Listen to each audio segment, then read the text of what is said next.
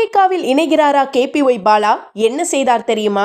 சின்னத்திரை to Vellithirai ப்ரமோட்டான KPY Bala கிட்ட ஏழை எளிய மக்கள் நேர்லையும் மனுக்கள் மூலமாகவும் சமூக வலைத்தளம் வாயிலாகவும் உதவி கேட்குறாங்க. அதனால உண்மையாகவே வறுமையில வாடுற, உதவி தேவைப்படுற மக்களை தேடி போய் உதவி செய்யற அவர் அதை வீடியோவா வெளியிட்டு மக்களையும் உதவி செய்ய தூண்டுகளாக இருக்கிறாரு. ஆனா ஒரு சிலருக்கு இவர் செய்யற உதவியை பார்க்கும்போது அதுக்கு அவங்க டிசர்விங் இல்லை, இது தேவையில்லாத ஆடம்பரமான உதவின்னு சிலர் கமெண்ட் பண்ணதான் செய்யறாங்க.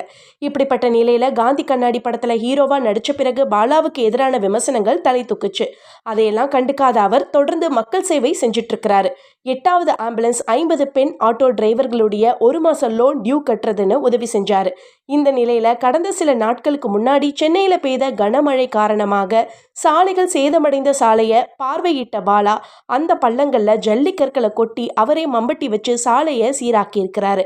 இந்த வீடியோவும் இப்போ வைரல் ஆகியிருக்கு. பணம் காசு கொடுத்து உதவி செய்யறதையும் தாண்டி நடு ரோட்ல இறங்கி சாலையை சரி செய்யறாரு. அரசியல்ல என்ட்ரி ஆகிற ஐடியா இருக்கோ? விஜயோட தாவேகாவில் இணைய போறாரோ அப்படின்னு கேள்வி எழுப்புறாங்க நெட்டிசன்ஸ்.